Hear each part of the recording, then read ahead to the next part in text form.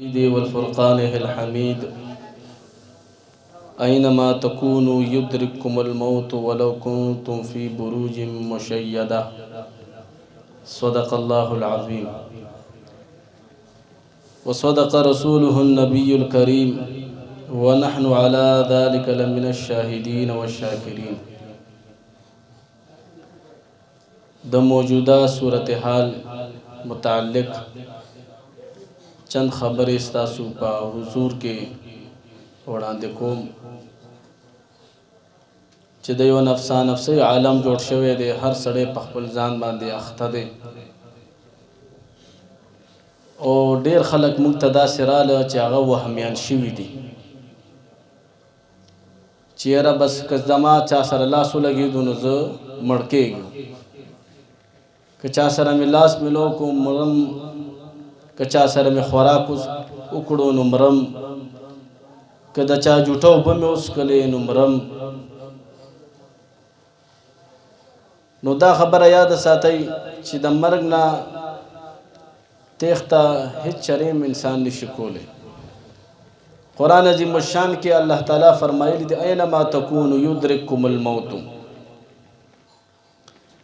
چې کوم ځای کې تاسو یی دغه مرګ به تاسو ته حال ته ځان در رسۍ کوره. ولو کنتم فی بروج مشیده، که چارې ته مضبوطو کلو کې ځان محفوظ کړي، د اوسمنې کله ځان ته جوړه کړي، د اوسمنې دیوالونه ځان ته جوړ کړي چې د هغې په منځ کې کښېنې چې زه دا اوسمنه خو کلکه د دې کې بدن نه مرګ نه راځي. نو الله فرمایي چې نه، دا خیال ستا غلط دی، عمر ته به هم در پسې مرګ رالیږم. نو مرګ نه یاره د مسلمان چې کوم کامل مومن مسلمان دی هغه له نه د پکار مرګ باندې زمونږ ایمان دی، یقین دی چې یو ورځ راتلونکی دی. البته صورتحال داسې وي چې هغې کې خپل احتیاط پکار دی. وبا چې کومه نن سبا راوچته شوې ده، وبا ویل کېږي څه ته؟ وبا ویل کېږي پیدا کېدونکي یعنی خوره کېدونکي بیماری، متعدي بیماری ته ویل کېږي چې یو بل ته لګي، دې ته وبا ویل کېږي. انګریزی زبان کې دې ته اپیډیمک ویل کېږي یا اپیډیمسي، پلیګ هم ورته ویل کېږي په انګریزی زبان کې. آیا زمونږ د اسلامی په تاریخ کې د دې څه تذکره شته د وبا؟ او شته دی. حضرت سیدنا عبدالله ابن عباس رضی الله تعالی عنہ فرمایي چې حضرت عمر ابن الخطاب رضی الله تعالی عنہ سره زه د شام په سفر کې وم، قافله وه د شام په طرف باندې روانو. کله چې مقام سرخ ته ور ورسولو نو دغه مقام باندې موږ ته یو اطلاع راله چې په شام کې وبا پیلو شوې ده، هر سړی بیمار دی او داسې وبا ده چې لګي یو بل ته. نو دغه مقام باندې چې حضرت عمر سے مبارک رضی الله تعالی عنہ خبر شو نو څه وکړه؟ مشوره یې وکړه. اول یې څوک راوغوسته؟ مهاجرین یې راوغوسته چې مهاجرینو زه خبر شوی یم چې په شام کې وبا راوچته شوې ده، هلته زمونږ تلل څنګه دي؟ تاسو څه وایئ؟ څه مهاجرینو ویلې چې امیر المؤمنین مونږ چې کوم مقصد باندې راوتی یو هغه مقصد خو به مونږ پوره کوو، مونږ له تلل پکار دي. څه مهاجرینو ویل چې نه ای امیر المؤمنین مونږ خو د شمار لږ کسان یو، مونږ له تلل نه دي پکار. د دې خپلو منځ کې اختلاف رالو، د چا ویلې تلل پکار دي، چا ویلې دي نه دي تلل پکار. حضرت امیر المؤمنین عمر فاروق صاحب رضی الله تعالی عنہ انصار راوغوستل، هغې نه چې مشوره واغسته هغې ورته دا خبر وکړه. خپلو کې په اختلاف کې شول، چا ویلې تلل پکار دي شام طرف ته، خپل جهاد پوره کول پکار دي مونږ ته. چا ویل نه مونږ ته به هم دغه بیماري ولګي واپس په خپلو کورونو ته ځو خپلو بچو له به ځو دا بیماري مونږ چاته ځان سره یونسو. حضرت عمر فاروق سے مبارک رضی اللہ تعالیٰ عنہ دغه ډله واپس کا. ابن عباس رضی اللہ تعالیٰ عنہ مبارک فرمای چې ماته فرمای چې لاړ شه زموږ په دې ډله کې چې کوم قریش والا خلق دي او عمر رسیده خلق دي چې عمر زیات دی هغه خلق را تراوله چې د هغوی سره مشوره وکړم. نو د قریشو کې چې کوم عمر رسیده خلق و هغه راله حضرت امیر المؤمنین عمر فاروق صاحب رضی الله تعالی عنہ سره کېناست. وی مبارک ورته دا ټوله واقعه بیان کړه چې داسې په شام کې وبا راوچته شوې ده او ځای په ځای خلکو ته لګي. موږ څوک وو لاړ شو دوی ځای ته که نه هغه د قریشو چې څونه عمر رسیده افرادو هغوی ټولو ورته په اتفاق باندې دا وویل چې ای امیر المؤمنین موږ ته هلته تلل نه دي پکار موږ له تلل نه دي پکار. دې دوران کې حضرت ابو عبیده بن الجراح رضی الله تعالی عنہ روچت شو چې ای امیر المؤمنین ته د الله د تقدیر نه تختی چې الله څه لیکلي دي خو به درته هسې را رسي. نو حضرت عمر سے مبارک رضی اللہ تعالیٰ عنہ ته فرمایي که دا خبره بل چا کړې وی نو ما به هغه سره بل شان عمل کړو خو دا خبره تا وکړه نو زه براه راست ستا مخالفت نه کوم خو موږ د الله د تقدیر نه تښتو او بل د الله تعالی تقدیر طرف ته ځو. د تعالی دا جواب درکوم د الله تعالی د یو تقدیر نه تښتو خو بل تقدیر طرف ته د الله تعالی ځو. حضرت عمر سے مبارک رضی اللہ تعالی عنہ ورته دا جواب ورکو. بیا ورته فرمایل اے عبیده کتا سره دوه اوخان وي یا اوخان د سره ډیر وي او ته یو داسې ځای ته ورسیږي چې هلته یو ځای سبزاوار دی شینکې دی او یو ځای خشک دی سبزي پې نشته نو که ته د خپل اوخان سبزاوار کې اوسرې نو دا تقدیر الهي دی او کنه ستا په زړه کې راله چې نه زه د خپل اوخان دې طرف ته بوځم نو دا هم تقدیر الهي دی. وای دی دواړو دا خبرې کولې چې دې دوران کې حضرت عبدالرحمن بن عوف رضی الله تعالی عنہ رالو چې هغه څه د کار دپاره چرته تللی و. وی حضرت عبدالرحمن بن عوف رضی الله تعالی عنہ فرمایي چې د دې په باره کې ما سره د حضور علیه الصلاۃ والسلام یو فرمان موجود دی د وبا په حق کې. حضرت عبدالرحمن بن عوف رضی الله تعالی عنہ فرمایي چې ما د حضور علیه الصلاۃ والسلام نه اورېدلی دي چې تاسو هغه ځمکې ته مه ځئ چې کوم ځای کې وبا پیلو شوي وي او که په دې حدیث مبارک باندې نن دغه دور مسلمانانو صحیح معنو کې عمل کړی وي دغه انتشار به نن نو جوړ شوی. ګورئ زما حبیب ستاسو پیغمبر زموږ د ټولو پیغمبر غمخوار پیغمبر 450 ساله مخکې چې کوم دی فرمایلی دي چې کوم ځای کې بیماري پیدا شوه د هغه خلک به د خپل ځای نه خوځي نه بس او نه به هغوی ته نور خلک راځي د بیماري به هلته په خپله ختمه شي. خو نه فلایټونه منقطع شو په ښکاره به اخبارونو کې راتلو چې سرحدونو تعلقات ختم شو زموږ چین سره ایران سره ختم شو په اخبارونو کې به یو شانو په حقیقت کې به بل شانو. نو که په دې حدیث مبارک باندې صحیح طور باندې عمل شوی وي چې کوم ځای کې وبا راله او د هغه خلک به هملته موجود وي بس نه به هلته نه ځي او نه به دې له نور خلک ځي نو هیڅ چارې به هم دغه انتشار نو جوړ شوی په دې ټول آل ورلډ کې چې نن سبا څنګه جوړ شوی دی. دارنګ د طاعون په حق کې هم حضور علیه الصلاۃ والسلام فرمایلی دي. حضرت اسامه بن زید رضی الله تعالی عنہ فرمایي کله چې تاسو د طاعون د بیماری نه خبر شئ نو تاسو هغه ځای ته مه ځئ او که ستاسو زیاته دا دغه د طاعون بیماری راغله نو تاسو د خپل ځای نه بیا چېرته مه ځئ. دې کې دا احتیاط دی. ګورې نن سبا چې څونه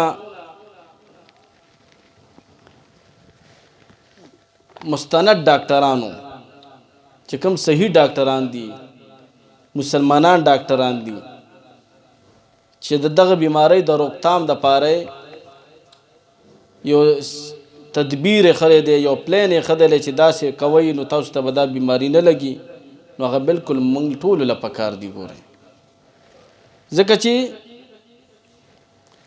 احتیاط زموږ په دین کې شته دی. ګورئ د هرې بیماری نه لکه حضور علیه السلام فرمایي چې تاسو د جمعرات پر ورځ باندې سفر کوئ ځکه چې دې کې تاسو دپاره خیر دی. دا هم یو احتیاط دی که نه.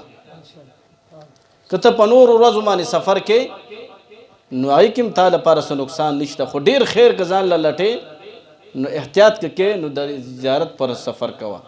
د تبوک جنگ ته چې حضور علیه السلام تلو نو د زیارت پر ورځ باندې روان شوی و. دارنګ حضور علیه السلام فرمایي چې زما د امت دپاره په کارونو کې برکت په کم ټایم کې ښودلی شوی دی، دا د سحر په ټایم کې ښلی شوی دی. اوس که څوک ډېر برکت حاصلول غواړي ځان دپاره نو د سحر په وخت کې د خپل محنت کوي، ده ته به ډېر خیر رسیږي. دارنګې د سفر په حق کې حضور علیه السلام د احتیاط په توګه باندې فرمایلی دي چې تاسو هیڅ چریم یوازې سفر مه کوئ. احتیاط دی که نه.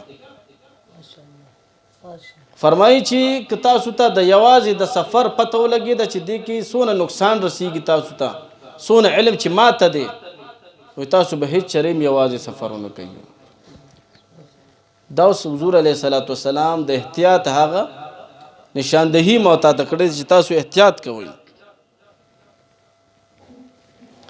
حضرت عمر بن شعیب رضی الله تعالی عنہ فرمایي چې ما د خپل والد محترم نه اورېدلی دي او زما والد محترم زما د نیکه نه اورېدلی دي. وایي چې د حضور علیه السلام ارشاد مبارک دی چې څوک په سفر کې یوازې ځي وایي دویم کس د سره شیطان وي، که دوه کسانی نو وایي دریم ورسره شیطان وي، که درې کسانی وایي دی سره بیا شیطان نشي ملګری کېدی، دی سره شیطان ملګری کېدی نشي ځکه چې وایي دا بیا په شان د قافله شوه. نو ګوره دې کې حضور علیه السلام ما تاسو ته د احتیاط پهلو ښودلې ده چې تاسو یوازې سفر مه کوئ، ګینې د شیطان په حملو کې به ګیر شئ.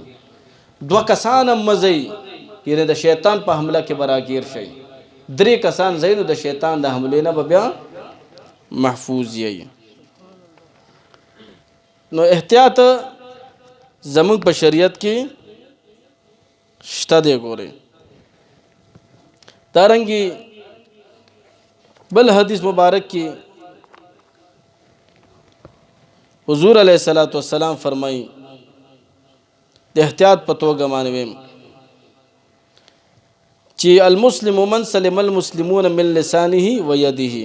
مسلمان شخص هغه دی چې بل مسلمان داغه نه په ژبې سره او په لاسونو سره محفوظ پاتې شي. اوس لکه په ژبې سره مراد خو چې کوم دی لعن طعن شو، کنزل شو، هغې نه محفوظ کېدل دي، و یده او د لاس اچولو نه محفوظ. خو نن سبا دی وخت کې اوس چې کوم صورتحال جوړ دی چې ژبې نه او لاسونو نه بل مسلمان تا نه محفوظ پاتې شي، د دې مراد ترې مو تاسو داسې اغوښتلی شو چې یو بل سره چې څونه ستاسو مینه محبت وي هغه لږ کم کولون دی چې زما دین ته به نقصان هم ونه رسیږي او دا بیماری مو تاته ونه لګیږي. مخکې به هم غاړه کلکه ملاوله، اوس صرف لاس ملاو. د بیماری روچته شوې ده، کله د بیماری ختمه شو ما شان غاړه به یو بل لالو. مخکې به هم یو بل ښکلول د مینې د محبت د وجې، خو اوس بیماری روچته شوې ده، کېدای شي زما وي ما ته پته نه تا ته چېرته ونه لګي، ستا وي تا ته پته نه چېرته ما ته ونه لګي. نو دا یو احتیاط دی. ګورئ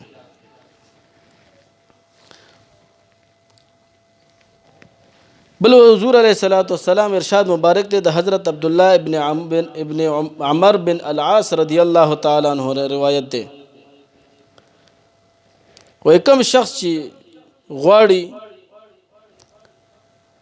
داغه دا خبره خوښه وي چې هغه د جهنم نه لري شي او د جنت ته داخل شي او دته د داسې حالت کې مرګ راشي چې د په الله تعالی باندې او په آخرت باندې یقین ساتي او هغه خلکو سره هغه شان سلوک کوي څنګه چې د خپل ځان سره کول غواړي وای دغه شخص چې کوم دی ډایرک جنتی دی په خبره باندې بتاسو یا پېښوي یا نه د حدیث مبارک باندې یو ځل درته بیا وایم حضور علیه الصلاۃ والسلام ارشاد مبارک دی چې کوم شخص دا خبره خوښي چې زه د جهنم نه لرې شم او جنت ته داخل شم او کله چې ما ته وي مرګ راځي نو داسې حال کې د مرګ راشي چې زه د الله تعالی دغه پر رسول باندې دغه په ملائکو فرشتو باندې زما ایمان وي داسې ټایم کې د مرګ راشي خو دې سره سره د خلکو د پاره هغه خیرم خوښي چې کوم ځان د پاره خوښي کوم خیر چې د ځان د پاره خوښي کنه چې الله ما ته دا خیر راته کی ما ته دا خیر راکی ما ته دا خیر راته کی ما د دې مصیبت نه محفوظ او ساتي د دې شر نه محفوظ او ساتي و کده دا خواهش همي نو دا کس جنتی دی ګوره نو نن سبا موت تاسو د یو بل خیر غواړو چې د بل مسلمان ته زمانہ تاسو نه نقصان نه رسیږي لاس ملاویدون نه ز تاسو نه منې کومه زموږ په دین کې لاس ملاویدول د انسان ته خیر رسیږي السلام علیکم ورحمت الله وبرکاته مونږ وایو سلام دی پتا باندې ورحمت دی وی پتا از باندې وبرکاته وبرکت دی وی دې سلام سره چې کوم دی هر څه زهريله سيزونه ګوره الله تعالی خط پیخه دارنګي د احتیاط په توګه معنی ویم تاسو ته یو بل خبره حضور علیه الصلاۃ والسلام ارشاد مبارک ته حضرت عبداللہ ابن عمر رضی اللہ تعالی عنہما نے روایت دے چې فرمای حضور علیہ الصلوۃ والسلام لا تتركوا النار فی بیوتکم حتى حين تنامون و تاسو اور هغه وخت په مپرګ دی س ټایم چې تاسو خپل کور کې سملای هغه ټایم کې اور بل مپرګ دی چې س ټایم تاسو خپل کور کې سملای یعنی حضور علیہ الصلوۃ والسلام فرمایي چې کله تاسو خپل بسترو ته ځئ نو اور مړکو اور هغه ټایم کې مړکوي ګوري اوس دې کې څه د احتیاط پهلو پرته ده اوس مال پکار دي تاسو له پکار دي چې کله سملو د شپې ګیس بندو اور مړکو دې کې د احتیاط پهلو پرته ده زموږ په دین کې د یو بیماری نه د آفت نه د مصیبت نه احتیاط شته دی ګوري لکه حضرت موسی الاشعری رضی الله تعالی عنہ مبارک فرمای چې زمونږ په وخت کې حضور علیه الصلاۃ والسلام سره موږ موجودو چې مدینه منوره کې د شپې سکم داسې ودو شو او غیر دا وړو کې د بصیر کې نو ته اور لګي د ټول کور او دا ټول ماشومان هر څه په وسوځي دا ولې دا به احتیاطي ده دا رنګ حضور علیه الصلاۃ والسلام فرمای چې کله تاسو سملای غض العنای خپل لوخي بند کړي ني د لوخو د پاسه سرونه کېدای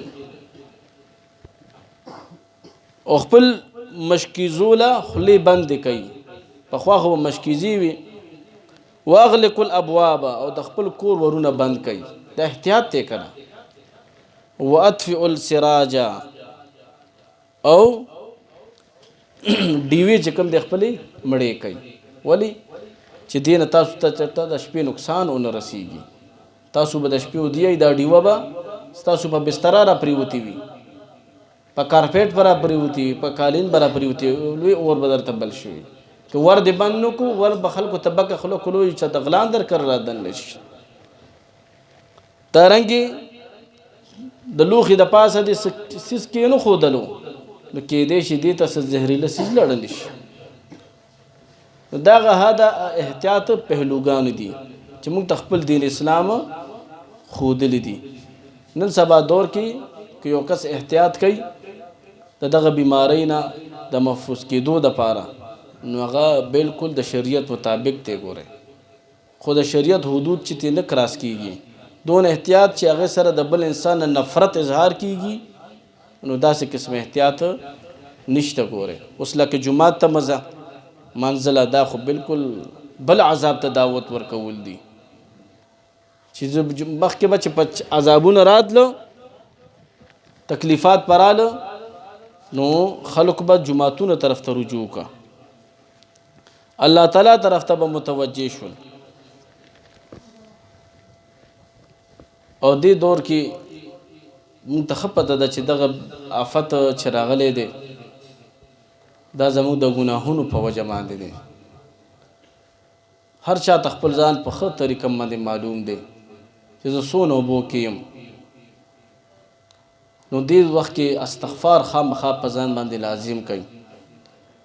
د استغفار زموږ الحمدلله په وظایفو کې مشته دی، خو څوک زیاتی ویلی شي نو زموږ د طرف نه دغې ته اجازت هم دی چې دا خامخا وایي. او ورسره بسم الله الذي لا يضر مع اسمه شيء في الارض ولا في السماء وهو السميع العليم. د دې ورد هم کوي د هر مانځه نه پس 11 پیری یا 21 پیری ان شاء الله دغه افت نه تاسو موږ ټول محفوظ یو. بیا استغفار او دغه بسم الله الذي لا يضر مع اسمه شيء في الارض ولا في السماء وهو السميع العليم. دارنګي داسې آفات کم ځایونو کې راځي، ولې راځي؟ د دې وجوهات څه شی دی؟ کم ځای کې چې یو مسلمانان اوسېږي، امت مسلمه چې به واخلو دی ته د مونځ کولو څه تکلیف نشته، په مونځ کولو کې وسته څه رکاوټ نشته، بیا هم دی مونځ نه کوي. دارنګې مسلمانانو ته روجې نیولو کې څه تکلیف نشته، څه رکاوټ ورته نشته، بیا هم روجه نه نیسي. دارنګې مسلمان ته په زکات ورکولو کې څه رکاوټ نشته، څه تکلیف نشته، او بیا هم دی زکات نه ورکوي. دارنګې مسلمان د حرامو کارونو نه ځان په ښه طریقې سره محفوظ کولی شي، خو بیا هم دی ځان نه محفوظ کوي. دارنګې د قرآن مجید په تلاوت کولو کې مسلمان ته څه رکاوټ نشته، پریشانی ورته نشته، او بیا هم دی قرآن ته نه جوختېږي. دارنګې د حضور علیه السلام په سنتو باندې په عمل کولو کې دته څه رکاوټ نشته، او دی بیا هم به د حضور علیه السلام په سنتو باندې عمل نه کوي. دارنګې د حضور علیه السلام په تذکرو باندې د باندې څه پابندي نشته، او دی بیا هم د حضور علیه السلام چېرته په ټول عمر کې تذکره نه کوي.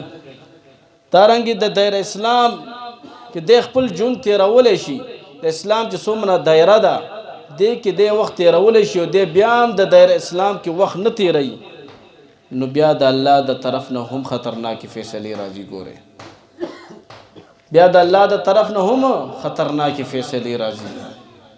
تربیت دی د خپلو بچو د شریعت مطابق کولی شو، بیا هم نه کوي، غفلت کې پروت دی، نو د الله د طرف نه به هم خطرناکې فیصلې راځي. ګورئ، دارنګې زه او تاسو حیا کولی شو، په خپلو خویندو باندې حیا کولی شو، په خپلو بیبیانو باندې حیا کولی شو، په خپلو بچو باندې حیا کولی شو، بیا هم مو تاسو دا فکر نه کوو، نو دا وخت په یو داسې راشي چې مو تاسو به په خپلو خویندو میندو حیا کوو، خو بیا به پې نشو کولی. ګورئ، بیا د الله د طرف نه هم خطرناکې فیصلې راځي. ګورئ ښه، اندلس یو ملک دی، 800 کاله پکې اسلامي حکومتو، 800 کاله په مدرسو باندې مزینو، په اذانونو باندې مزینو، په جماعتونو باندې مزینو، خو چې کله دغه اسلام ته شاکه هماغه اندلس ملک الله تعالی داسې خوار او زار کو چې هغه مسلمانان دغه بېعزتي وشوه، دغه د خویندو بېعزتي وشوه، جماعتونه تاله شول، مدرسې تاله شوې، یو ښځې سره سلو کافرانو زناکاري وکړه. تاسې وخت پرې رالو بیا په هغې باندې ولې چې اسلام طرف ته یې شا کا. نن که دغه وایرس په ما تا باندې راغلی دی دا ما تا اسلام طرف ته شا کړې ده. ګوره دا بخارا او سمرقند چې دا به د علم سمندرونه یادېدل، هلته به خلک زده کړې لتله. علامه برهان الدین مرغینانی رحمت الله تعالی علیه چې یو بزرګ تیر شوی دی، صاحب د هدایې دی، 14 کالو کې د هدایه لیکلې ده او 14 کاله دی روجهدارو، د روجې په حالت کې د هدایه لیکلې ده او کور والا ته اړو پته نه وه چې د روجه ده، ځکه چې د کور نه به ورته څه سالن راتلو هغه چېرته غریبو مسکینانو ته ورکو. 14 کاله مسلسل د روجه وه او د هدایه کتاب یې ولیکلو. هغه جماعت چې د پکې هدایه لیکلې وه چې هغه خلکو اسلام ته شا کا، د دین پیروي پرېښوده، د حضور علیه السلام په سنت و عمل پرېښودلو، هغه جماعت کې بس سپي به بیا ولاړو، اسونه به انګریزانو درولو، شراب به پکې څښلی کېدل.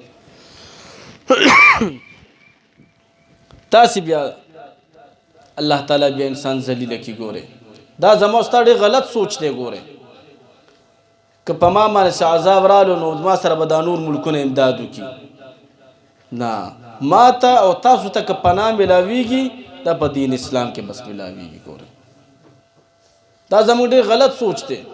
د کشمیر باندې څه حال تیر شو، چا ورسره مدد وکړو، څونه خویندو میندې حیاګانې واخیستلی شوې. په برما باندې څه حالت تیر شو، څونه ماشومان پکې مړه شول، قتل شول، شهیدان شول، څوک ورته روچت شول، چا هم پروا ونه کړه. هغه بیروکریټ خلک، هغه سیاسي خلک، هغه وزیران خلک ټول په خپل عیاشو کې مست دي. که ما تا ته پناه ملاویږي دا به صرف او صرف په دین اسلام کې ملاویږي. ګورئ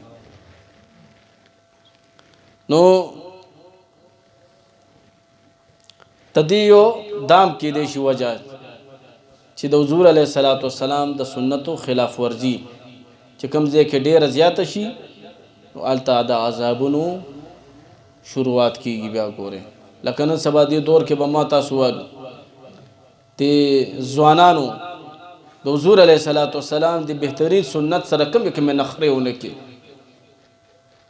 چا د مخ نه سپلای جوړه کړې وي، چاته څه جوړ کړي وي، چاته څه جوړ کړي وي. حضور علیه السلام فرمایي بلکې دا خو ګوره فیشن هم پکې کوي، داسې ځوانان میک اپ کوي باقاعده. موږ خپله لیدلي دي د معراج په شپه باندې حضور علیه السلام مبارک فرمایي چې ما څه خلک ولیدل په جهنم کې چې غټې غټې د اور کینچانې وي او د سرمن به ترې کټ کېدې، دا سرمنې به ترې کټ کېدې. او ما حضرت جبرائیل علیه السلام نه پوښتنه وکړه چې جبرائیل علیه السلام دا څوک دي؟ وایي ما ته وفرمیل ای د الله رسوله دا ستا د امت هغه خلک دی چې دی به دې دپاره میک اپ کوي چې زما په فتنه کې څوک مبتلا شي، زما په فتنه کې څوک مبتلا شي. نن سبا دا ځوانان ټول دغه بیوټي پارلر طرف ته ځي، دارنګې زنانه هم بیوټي پارلر طرف ته ځي. زنانو له پکار دي چې خپل خاوند ته میک اپ وکړي، خپل خاوند ته ځان مزینه کړي. او دی به چې د پردو سړو کره ځي، پردو کورونو ته ځي، په هغه موقع زنانه له میک اپ پکار نه دی. ګورئ زنانه له پکار دي چې کله د خاوند نه د خاوند د ډیوټۍ د راتلو وخت دی دې له پکار دي چې سرخي پوډر وکړي، شریعت ورته اجازت ورکړی دی. دا د خسته سپری وکړي، خسته سینټ د ځان ته ولګوي، ځکه چې د خاوند خو بهر ټوله دنیا کتلی وي، کېدای شي زما د خاوند چاته بل چاته زړه نه لګېدلی، بل چا سره زړه نه جوړ شوی، خو چې هغه کور ته رادن نه شي، خو چې بیبي ته وګوري چې خسته سینګار یې کړی دی نو هغه ټول هر څه ورته نه شي خپل بیبي طرف ته خیال شي. نن سبا دا ټول ځوانان چې وګورئ نن که یو هیرو څه فیشن وکړو نو ټولې به سبا هماغه شان هغه شي فیشن کوي. یو کوم سټایل چې د هیرو مشهور شو هماغه شان ټول هماغه شان سټایل کې ګرځي. که لاس کې هغه بنګړی اچولی دی نو ټول ځوانان کسان چې کوم دی بنګړي اچوي لګیا دي. که هغه د ګرځېدو کوم سټایل وي دا ټول چې کوم دی په هغه سټایل کې ګرځي. موږ ته خلک راشي. زه بعضې والدینو باندې ما ته حیرانګي راشي چې موږ سره دلته ښه په ذکر کې مشغول شي، په عبادت کې مشغول شي، یو نیک عمل انسان ته جوړ شي، هماغه والدین راځي او د موږ نه راوچتوي بیا وایي چې نه دی دلته ښه نه دی، دی د کار روزګار نه وځي دلته، دی وایي د کار روزګار نه وځي. او پته ورته نشته چې د دغه مرید د نیک بنده د دغه نیک زوی د برکته به الله تعالی ته ډېرې دروازې کولاوي. ګورئ لکه حضور علیه الصلاة والسلام ته یو صحابي راځي ورته فرمایي چې زما د ورور تاسو سره د کار روزګار نه کوي او زه خو ټوله ورځ کار روزګار کومه، مهرباني وکړه دې ما ته پرېږده چې ما سره کار روزګار کوي. نو حضور علیه الصلاة والسلام ته فرمایي شاید چې دا څونه کار روزګار ته کې، دا څونه مخې چې تا ته کلو دي دا ټول د ده برکت دی. تا سره ګوره زمونږ نن تعلیمي نظام وګوره، د یونیورسټو حال وګوره، د کالجونو حال وګوره، د چرسونو یو اډې ته جوړې دي. ګورې ما تا ته د اولیو دربارونه ښکاري چې د اولیو په دربارونو چرس کلی کېږي. راشه د یونیورسټو لږ تپوس هم وکړه که نه. یونیورسټو کې چې کوم د عشق او د محبوب او د عشقۍ یو بازار ګرم دی. هر جنۍ ځان دپاره یو الګ کتلی وي، ګرل فرینډ باندې فخر ګڼي لګیا دی. هر هلک چې کوم دی په ګرل فرینډ باندې، د هر جنۍ په بوای فرینډ باندې فخر ګڼي او هر هلک چې کوم دی په ګرل فرینډ باندې فخر کوي لګیا ده. په یونیورسټو کې وګورئ چرس ګورئ عام دي، شرابونه پکې څکلی کېږي، آیس نشه پکې به درجه اتمه موجوده ده. او بعضې ناپوه خلک زما د ولي دربار پورې نښتي دي چې دی کې چرس کلی کېږي. هغه هم غلط کار دی، د هغې تایید مونږ نه کوو، خو راشه د یونیورسټو حال هم وګوره که نه. بیا به هر څوک چې کوم دی په بدعملۍ کې ګمراهۍ کې روان دی. ګورئ دغه عذاب هسې نه دی راغلی. زما ستا په ملک کې تبلیغ د ټولو نه زیات کېږي ښه د فضایل اعمالو، خو زما ستا په ملک کې کرپشن هم د ټولو نه زیات دی، دوکم د ټولو نه زیات ده، فریب هم د ټولو نه زیات دی، بدنیانتي چې کوم دی هغه هم د ټولو نه زیاته ده. د خرګاړي والا نه والا تر وزیر اعظم پورې ټول په خپل لیول باندې ګورې غلي دي ښه، خپل لیول باندې کار کوي. نو بیا د الله د طرف نه چې کوم دی هم داسې خطرناکې فیصلې راځي. څوک هم الله تعالی طرف ته متوجه کېږي نه. هلته وایي مړو شو، اته مړو شو، دلته وایي 100 مړو شو، دلته 50 مړو شو. او څوک الله تعالی طرف ته متوجه کېږي نه بیخي چې یاره الله تعالی ته توبه طایب شو، رجوع الی الله وکړو. او یو خبره دا یاد ساتئ چې د افواه خبرو نه ځان ساتئ. ګورئ ما ته پرون کا بله ورځ راته چا یو خبر وکړه چې خوش مقام کلي کې یو هلک دی، انور شاه نوم دی، د امیر شاه صاحب زوی دی، که د خوش مقام خلک موجود دي، وایي په هغه باندې هم دا وایرس راغلی دی، کوټه کې ګیر کړی دی. نو موږ ورته دعا وکړه، خفه شو ورته، خو یو 20 منټه بعد موبایل ما ته هغه راته رینګ وکړو، دا د ترو زوی په موبایل باندې. مې انور شاه خیر شاعر ته نه خبر شوی چې ته ناجوړه شوی. نو هغه ډېر زیات وخاندل، وایي دا ګور افوا د ما پورې یادېږي مشهوره شوې ده. دا بیماری به یا دونه وي یا به نه وي، خو د افواګانو دونه خورکه دا لیس الخبر کالمعاینه.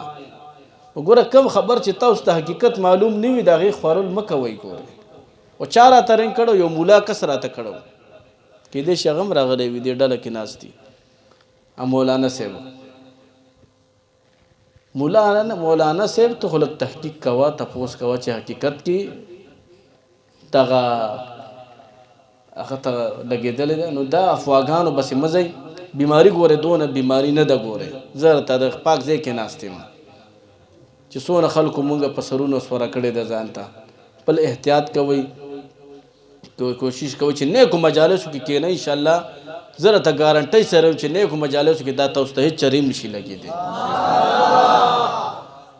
خو د غلطو مجالسو نه ځان وساتئ د غلطې ناستو پاستو نه ځان وساتئ انشاءالله چې دغه بیماري به تاسو نه لري وي او دا بیماري به د تاسو نه لري وي د یو بل نه به دواړو نه به لري وي انشاءالله کوشش کوئ چې خپل اعمال ټیک کړئ الله تعالی طرف ته متوجه شئ خپل وظایفو کې کار شروع کړئ د سه مبارک په تصور کې روان شئ انشاءالله دغه بیماري موږ ته پته ده د خود منجو سرکار رحمت الله علیه برکت دی موږ باندې به د الله په فضل سره د الله په فضل به انشاءالله دې نه موږ لرې یو واخر دعوانا الحمد لله رب العالمین